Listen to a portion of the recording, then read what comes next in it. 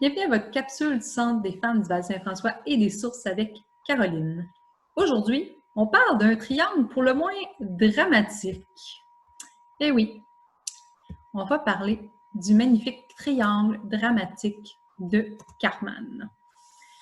Dans ce triangle, on aborde en fait les rôles. Donc, les rôles qu'on peut aller prendre quand on est pris dans des patterns. Les trois rôles qu'on aborde, ça va être beaucoup le persécuteur, le sauveur et la victime. Donc, on y reconnaît bien là, notre Capitaine Crochet, Superman et Calimero pour ceux qui seront de cette génération. Allons voir plus simplement chacun des rôles pour mieux comprendre qui ils sont et comment ils agissent. On commence avec notre persécuteur. Le persécuteur, de son côté, il va aller libérer son agressivité en adoptant des comportements comme la domination, la critique des autres, harceler les autres, dévaloriser les gens, persécuter les gens, humilier, critiquer, juger, faire la morale, manipuler, culpabiliser, crier et frapper et même intimider les gens. Donc, c'est vraiment une libération de ses pulsions agressives et parfois, il va aller justifier ces actions-là en disant que lui-même a déjà été victime par le passé, donc ça justifie le fait que maintenant, il soit l'agresseur. On le reconnaît souvent là, dans ces comportements-là et c'est une personne qui va être toujours prête à aller pointer les défauts des autres dans ce qu'ils font. Par exemple, on va amener quelque chose, là, ah oui, mais là, tu as fait une faute. Ou la personne va parler d'un nouveau changement, ah, mais tu n'as pas pensé à telle chose. Donc, au lieu de suggérer, il va aller vraiment pointer du doigt les défauts, les manquements de la personne et va dévaloriser l'autre personne pour remonter sa propre estime à lui. C'est une personne qui va toujours être prête à se quereller, peu importe les sujets, pour faire valoir son point qui est le point qui, selon lui, à ce moment-là, est vraiment la réalité. Donc, seule son opinion est la bonne à ce moment-là, quand on est dans ce rôle-là. Donc, c'est un rôle qui est plutôt agressif. Bien sûr, on a notre belle victime. Hein, la victime qui, de son côté, va vivre dans une vie là, continuellement catastrophique. Sa vie est toujours plus difficile. Donc, elle va aller chercher l'attention des gens en parlant vraiment de son contexte, à quel point c'est difficile, il n'y a pas de solution, elle n'y arrivera jamais, elle va pleurnicher, elle est malheureuse, elle est gaffeuse, elle est sans aucune possibilité de solution. Elle ne voit aucune manière là, de prendre du contrôle sur sa situation. Donc, quand on est dans le rôle de victime, on a l'impression qu'on n'a aucune responsabilité dans tout ce qui nous arrive. Tout est vraiment le fruit du hasard et de l'extérieur là, qui nous tombe dessus là, par malchance, bien certainement. Donc, nous, on n'a aucun pouvoir là, sur quoi que ce soit d'avancer ou les choix du passé. Donc, nous, on reconnaît aucunement notre responsabilité et les possibilités là, des actions qu'on pourrait faire pour s'en sortir ou que ça aille mieux. Donc, bien sûr, la victime, elle a besoin, pour s'en sortir, donc pour se maintenir dans son rôle d'un sauveur qui va prendre soin d'elle, donc qui va faire à sa place, et d'un persécuteur qui la persécute pour la maintenir dans ce rôle-là d'impuissance face aux événements et d'absence de possibilité de mise en action pour se reprendre en main. On la reconnaît souvent, notre victime, là, à un discours tel que « oui, mais ».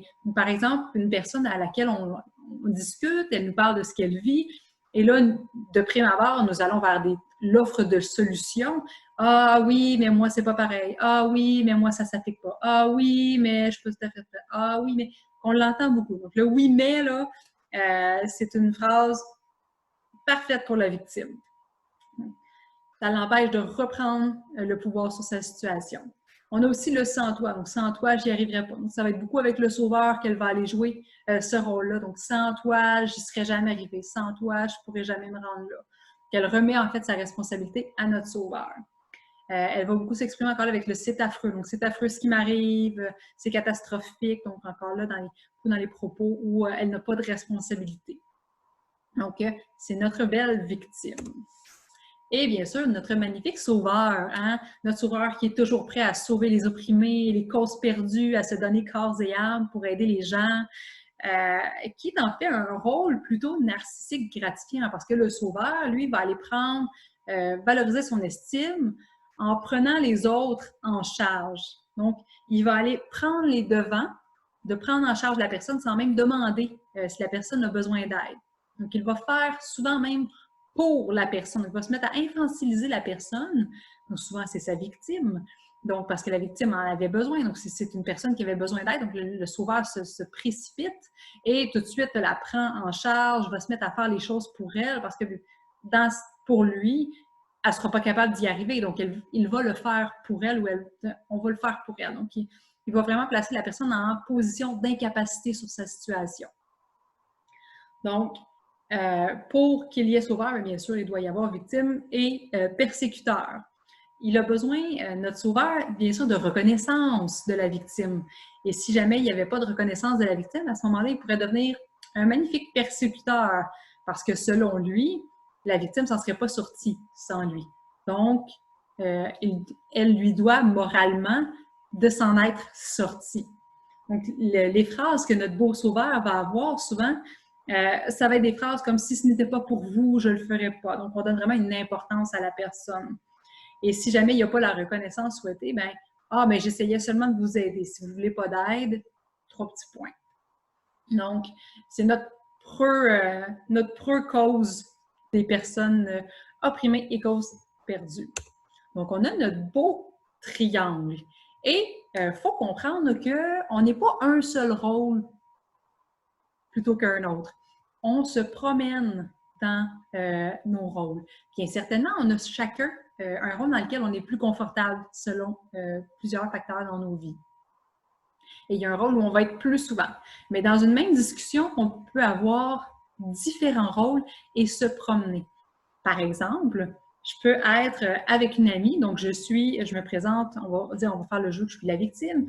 Ah, là, tu sais, Cynthia, là, c'est vraiment pas facile, les enfants sont jeunes, ils font pas leur nuit, j'arrive pas à dormir, on est fatigué. Et là, mon amie Cynthia, d'être pro-sauveur. Ah, ouais, ça doit être difficile, mais est-ce que tu as demandé à tes parents de garder les enfants? Est-ce que tu veux que je garde tes enfants? Est-ce que. Là, je retourne moi dans mon rôle. Ah, oui, mais. Ah non, mes parents ne voudront pas. Oui, mais nos horaires ne fiteront jamais. Voyez-vous là? Donc là, on est dans nos rôles. Puis peut-être que je vais arriver dans une autre situation où on va être en train de parler. Et là, je dis, ah oui, mais. Là, mon ami qui est sauveur, Cynthia, elle fait, ben là, si tu n'en veux pas de solution, parle-moi-en pas de tes problèmes. Là, voyez-vous, on est passé de sauveur à persécuteur pour mon ami, tout simplement. Donc, on peut vraiment jouer dans ces rôles-là. Même chose, je vais voir une amie, je suis de bonne humeur, je vais voir une amie, ça se passe pas très bien, hein? On joue dans les rôles, ça se passe pas très bien, je reviens à la maison, je suis un peu fâchée, mauvaise journée, et là, je me déverse sur mon partenaire de vie, toute ma colère. Par exemple, mon partenaire de vie arrive, je ne sais pas, 5 minutes plus tard que supposé, le souper est prêt, ça leur refroidit, c'est plus bon. Et là, ben c'est ça, nanana, j'ai tous mes propos. Donc là, j'étais victime de ma journée et je tombe en persécuteur envers mon partenaire de vie parce que, tout simplement, j'ai transigé de rôle. Donc, voyez-vous, là, on peut vraiment, vraiment beaucoup bouger dans nos rôles selon où on est dans une même conversation et dans une journée encore plus. Mais rassurez-vous, ces rôles-là, on n'est pas obligé de rester dedans. Hein? On n'est pas obligé d'être dans le triangle dramatique. On peut en sortir. C'est très bien possible. Et là, je vous présente les rôles de quand on sort de ce triangle-là. Débutons par notre persécuteur qui peut devenir, s'il le souhaite, un pacificateur. Donc, quand je suis dans le rôle du pacificateur, à ce moment-là, je comprends que les autres peuvent avoir des points de vue différents aux miens. C'est correct. Même si je ne partage pas un point de vue, il peut différer et c'est correct. Je comprends, quand je suis dans le rôle de pacificateur, que chaque individu a ses forces et ses faiblesses. Et c'est correct aussi. Donc, on n'est pas obligé de pointer les forces ou les faiblesses. On peut tout simplement accepter l'imperfection de chacun. Si je m'en vais dans le rôle du sauveur, il peut devenir sauveteur. Donc, à ce moment-là, quand je suis dans le rôle du sauveteur, c'est que je détermine des limites et j'apprends à prioriser mes propres besoins. Donc, j'aide seulement s'il y a une demande claire et déterminée dans le temps. Donc, si, par exemple, quelqu'un me mentionne qu'il a des difficultés, ben moi, je peux soit prendre les devants ou pas selon mes besoins. Donc, est-ce que j'ai le temps aujourd'hui d'aider cette personne-là?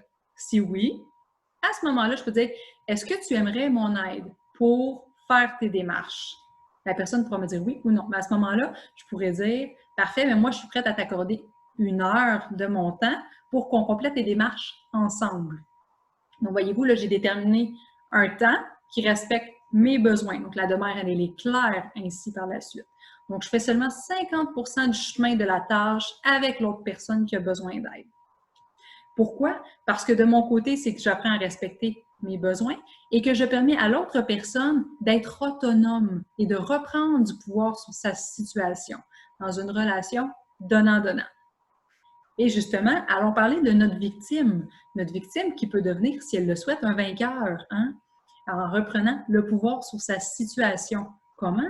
Bien, elle peut demander de l'aide pour développer de nouvelles aptitudes, notre victime. Elle n'est pas obligée de rester dans cette incapacité-là. Donc, tout simplement d'aller chercher des ressources ou demander de l'aide.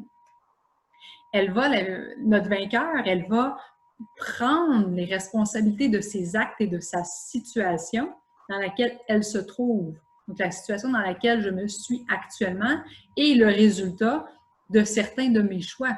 Donc, j'ai une responsabilité sur ma vie actuelle. Et c'est de reconnaître ma responsabilité pour faire des choix qui sont peut-être différents maintenant.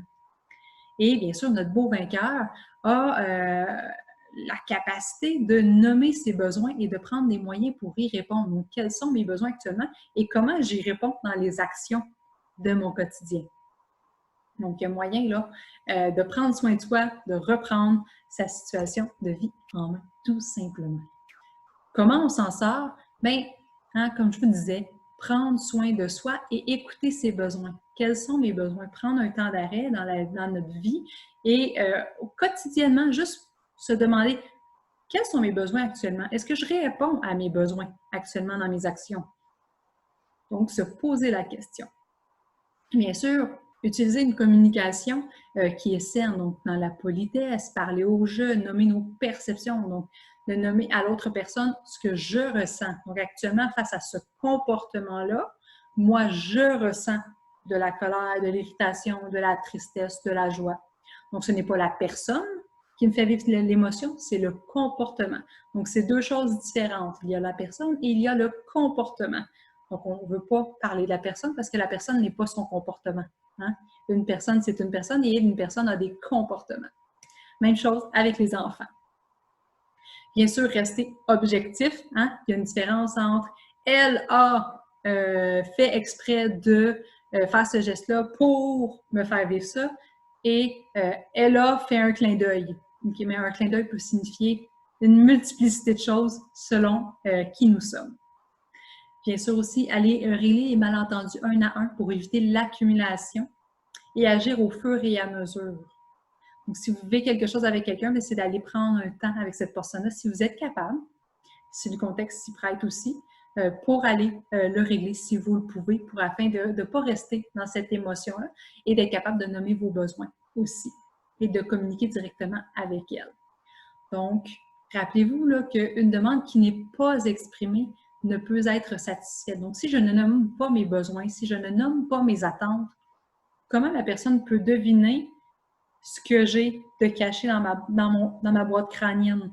Hein? Les gens, ils ne peuvent pas deviner nos attentes, les gens ne peuvent pas deviner nos besoins. Il faut malheureusement qu'on les nomme. On a la chance d'être doté de la parole, donc de pouvoir l'utiliser pour s'exprimer clairement et éviter les malentendus.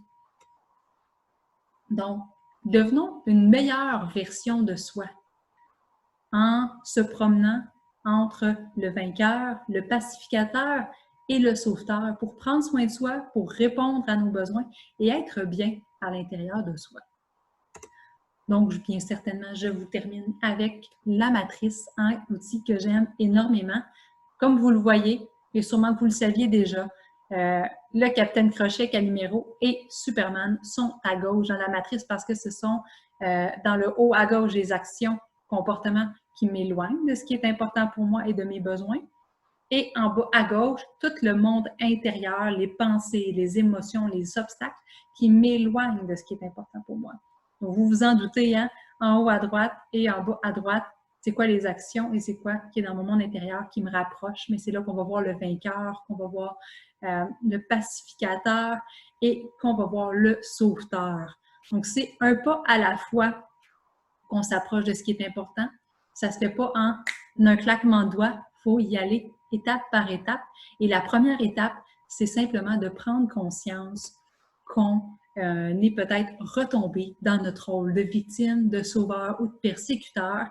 Et la deuxième étape sera tout simplement d'essayer de sortir de ce triangle dramatique. Donc, un petit pas à la fois, devenons la meilleure version de nous-mêmes.